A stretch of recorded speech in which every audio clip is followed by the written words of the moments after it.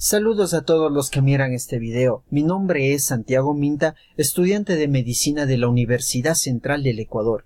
En esta ocasión les voy a presentar el tema filariasis y para ello vamos a enfocarnos en algunos puntos como la epidemiología, la definición, el agente etiológico, las características genotípicas, el ciclo de vida, la patogenia, la técnica de diagnóstico, el diagnóstico diferencial y el tratamiento y la prevención de esta enfermedad. Empezamos mencionando la epidemiología. Predomina especialmente en el África, en el Asia tropical, especialmente en la India. En América también esta enfermedad se presenta en el Caribe y en el Brasil. En caso de el Ecuador, en el mes de enero del presente año 2018, en la provincia de Esmeraldas, se suscitó este caso de elefantiasis. Cabe mencionar que es el único caso presentado aquí en nuestro país, Ecuador. Este paciente al momento se encuentra ya en tratamiento.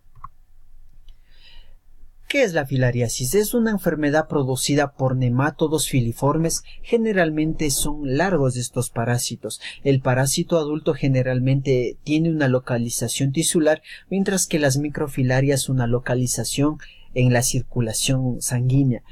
El agente etiológico, entre los más causales tenemos la Wuchereria bancrofti, el Bruchia malayi, la Bruchia timori. De estos tres, la Wuchereria bancrofti es el mayor causante de esta enfermedad filariasis.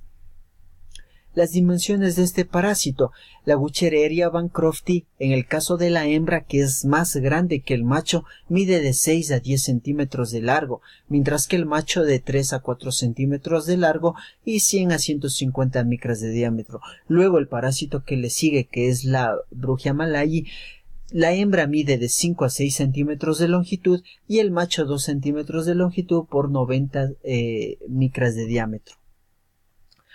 Conociendo un poquito más de este parásito, los órganos digestivos y reproductor en la hembra están constituidos por una estructura tubular que es el intestino, y hacia los lados va a presentar otras estructuras tubulares que son las trompas uterinas, y aquí es donde se aloja las microfilarias que miden de 230 a 300 micras de longitud.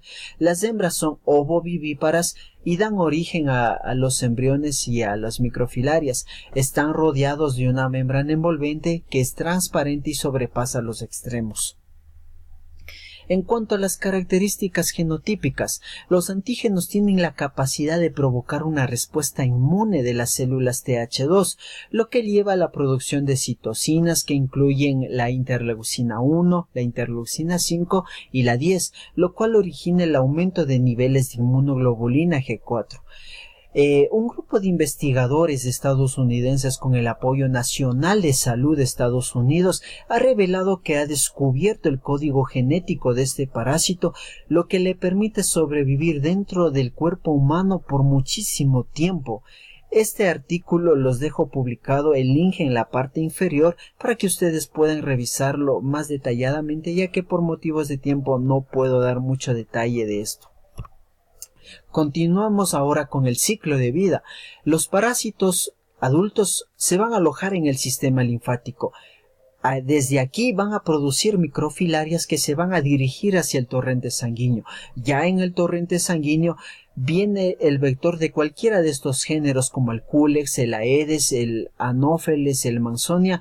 Viene el mosquito y pica al hombre. Al momento de picar, absorbe la sangre con estas microfilarias.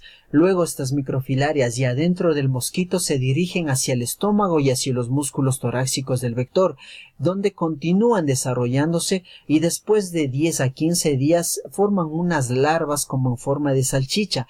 Estas van a ser las larvas infectantes, que después se dirigen hacia el probóscide del mosquito, y después que en el momento en el que el mosquito pica al hombre, deposita las microfilarias en la piel del huésped definitivo.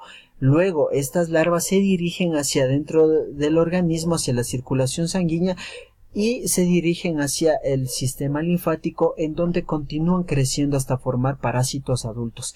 Este periodo puede durar aproximadamente un año. En esta imagen podemos ver muchísimo mejor. En la figura 4 vemos cómo el mosquito pica al hombre infectado, se infecta de estas larvas continúan su crecimiento dentro del mosquito hasta formar una larva infectante, como vemos en el número 7 y 8. Luego este mosquito infectante pica al hombre y deposita las larvas infectantes, y luego en el 2 y en el 3 vemos cómo las larvas en el interior del hombre buscan el sistema linfático para continuar su crecimiento y poder llegar a ser parásitos adultos. En cuanto a la patogenia, va a depender de la cantidad del antígeno procedente de los parásitos adultos, de la duración y el nivel de exposición de la picadura, del número de infecciones bacterianas y micóticas secundarias y del grado de respuesta inmune del paciente. Tenemos así entonces 3 etapas, una aguda, una crónica y una elefantiásica. La aguda se caracteriza por una lesión de los tejidos en donde se encuentra el parásito, es decir, en el sitio de la picadura. La crónica se caracteriza por adenopatías que originan hipertrofia del endotelio con una tendencia a una obliteración, es decir, aquí empieza ya el taponamiento de los vasos linfáticos. Y la fase elefantiásica se caracteriza por presentar granulomas con fibrosis alrededor de los parásitos muertos. Estos se calcifican y taponan estos vasos linfáticos y comienza entonces la salida de linfa de los hacia los tejidos circundantes. En cuanto a las manifestaciones clínicas, depende de las reacciones contra los parásitos muertos. También es importante mencionar que en las regiones endémicas son asintomáticos estas personas. Ya más se presenta tal vez más en las personas visitantes o que tienen un sistema inmunológico deprimido. La sintomatología también depende de la fase en la que se encuentre. Por ejemplo, en la fase aguda vamos a tener dolor, edema en genitales, epidimitis, hidrocele, eritema, fiebre porfilaria. En la fase crónica va a presentar obstrucción linfática, ascitis, hematuria, proteinuria y quiluria. En cuanto en la fase elefantiásica va a presentar hipertrofia de tejidos edematosos y con deformación principalmente en las extremidades y genitales externos. Va a presentar una piel gruesa, áspera y verrugosa y también en algunos casos se puede dar una hipertrofia mamaria. Cabe recalcar aquí también que pocas personas son las que llegan hasta esta fase. En cuanto al diagnóstico, podemos utilizar un estudio microbiológico, pero antes de hacer eso tenemos que ya tener una base clínica y una epidemiológica con una elevada eosinofilia. Con estos antecedentes podemos realizar un examen de fresco y una tinción en gota en donde podemos observar las microfilarias. Podemos tomar la muestra en horas de la noche. Como dijimos, las microfilarias salen a la sangre en horas de la noche. Cuando uno de estos métodos imposibilita el ver la microfilaria en gota a través del microscopio, podemos utilizar también el método de Queneau, que solo utiliza para el diagnóstico de la malaria, pero se ha visto que sirve muchísimo para el diagnóstico de filariasis. En cuanto a otro método de diagnóstico, también tenemos la detección de antígenos, como por ejemplo de la inmunoglobulina G a través de la prueba de ELISA y de la inmunocromatografía rápida. La diferencia entre estas dos es que la ELISA tiene una sensibilidad del 96%, mientras que de la inmunocromatografía tiene una sensibilidad del 99%.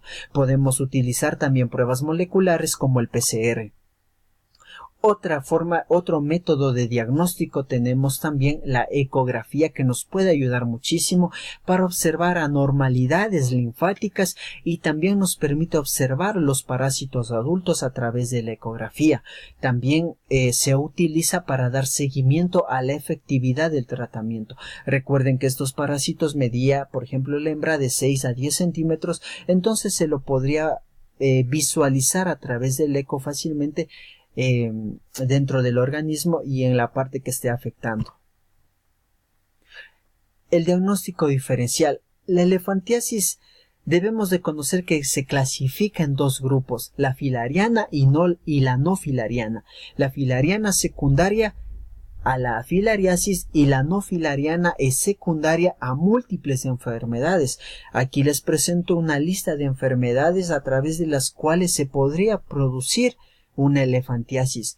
Por ejemplo, la elefantiasis se puede producir después de unas infecciones locales, como por ejemplo por estreptococos, después de una infiltración metastásica, de una linfedectomía quirúrgica, después de una ruptura traumática de canales linfáticos que impedirían el drenaje de la linfa, después puede ser secundario a una radioterapia, después del linfosarcoma, después de quemaduras y otras enfermedades sistemáticas como la influenza o la fiebre tifoidea.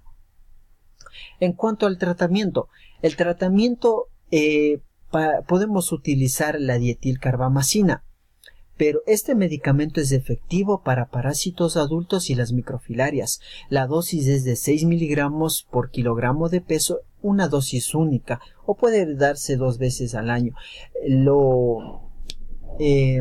Este medicamento presenta efectos secundarios como la fiebre, cefalea, mareo, anorexia, artralgia y vómito, lo que ha impedido que algunos médicos puedan usar este medicamento para tratar a algunas personas por los efectos secundarios. Otro medicamento podemos utilizar es la ivermectina, que es efectivo contra las microfilarias, pero tiene poco efecto contra los parásitos adultos. La dosis es de 200 a 400 microgramos por kilogramo de peso, y ese reduce la microfilaria hasta un año después. Otro medicamento podemos utilizar es el albendazol, que es efectivo contra las microfilarias a una dosis de 400 a 600 miligramos. En cuanto a la prevención consiste en evitar la picadura de este mosquito. Entonces, ¿qué podemos hacer para evitar esta picadura? Es a través del uso de mallas, más conocido como toldo, al momento de dormir. El uso también de repelentes cutáneos, esto más en las personas que visitamos estos lugares endémicos. La OMS también nos menciona que es conveniente la administración con fines profilácticos de albendazol más ivermectina o de albendazol con dietilcarbamazina durante 4 meses e incluso años, para que nuestro sistema inmunológico tenga anticuerpos para este tipo de parásitos. También la filariasis linfática se considera una enfermedad que puede eliminarse. ¿Por qué se dice esto? Porque no hay reservorios animales y que los tratamientos son efectivos para controlar por quimioterapia y cirugía. Eso ha sido en cuanto a la filariasis. Hemos tratado de resaltar lo que más sobresale. Hemos tratado de decir simples y concretos. Esperamos que este video pueda servir de muchísimo a las personas que buscan información acerca de esta enfermedad. Gracias.